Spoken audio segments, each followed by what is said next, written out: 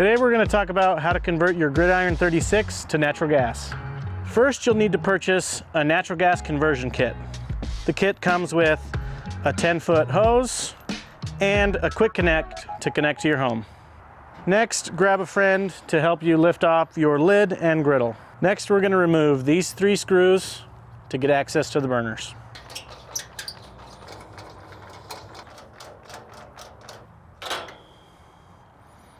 Now we're going to remove all 4 burners.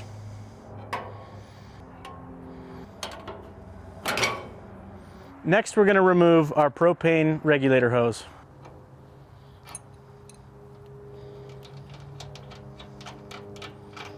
Next, we're going to work on removing the faceplate.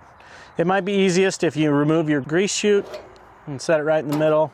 We're going to remove these 4 screws on the top and 2 on the bottom.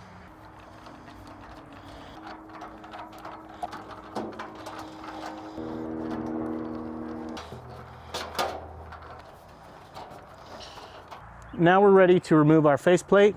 We're going to lift, pull it off, and set it on top.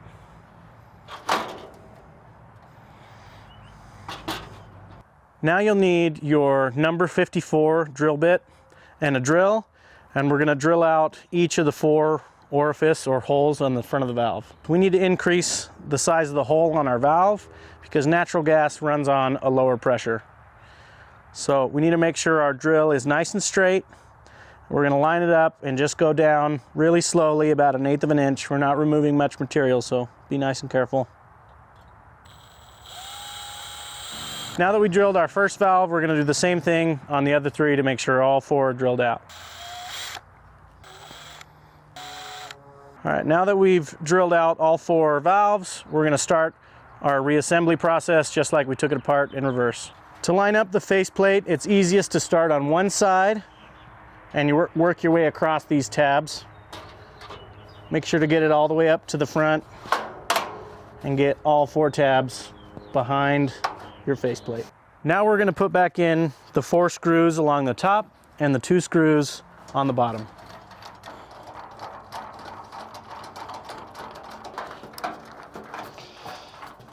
Now we need to make sure to install our 4 burners back in correctly. The first thing we want to do is adjust the dampener on the back to make sure we're getting the proper airflow. It should come from the factory mostly open. You want to start somewhere mostly closed. First, you'll need to loosen up this screw retaining the dampener, just a few turns.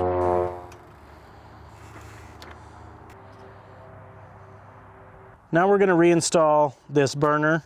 You're going to want to make sure that the side of your burner with these holes going across are facing down. You're going to make sure to line it up not with this piece, but on the valve a little farther back. And you're going to put it in and make sure to do all 4 the same way. Now we're going to hook up our natural gas line.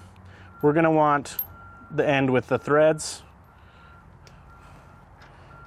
Can get it snug with your fingers and then tighten it up with a wrench.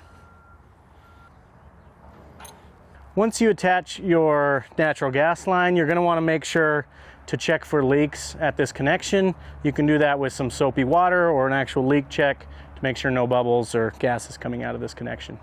If your flame is looking like it's lifting off or it isn't a very stiff flame, you need to adjust your airflow. For example, this one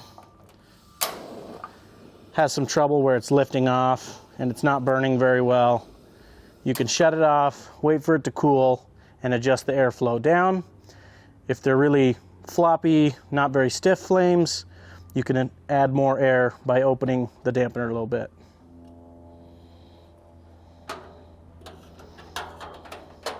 Now that we've adjusted the dampener, we're going to check the flame, make sure it looks good.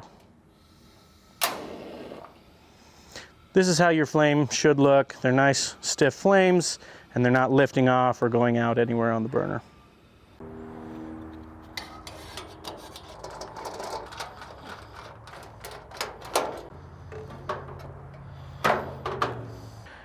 Now that we've got our burners burning correctly and everything reassembled, we're going to finish off putting the griddle and lid back on your flat top.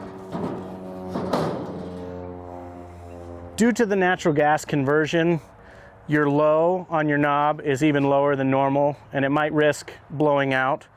Try to use from high to medium instead of going all the way low, or you could blow out your burner. I hope this video helped you convert your gridiron to natural gas. If you have any further questions or have any issues, contact Camp Chef customer support.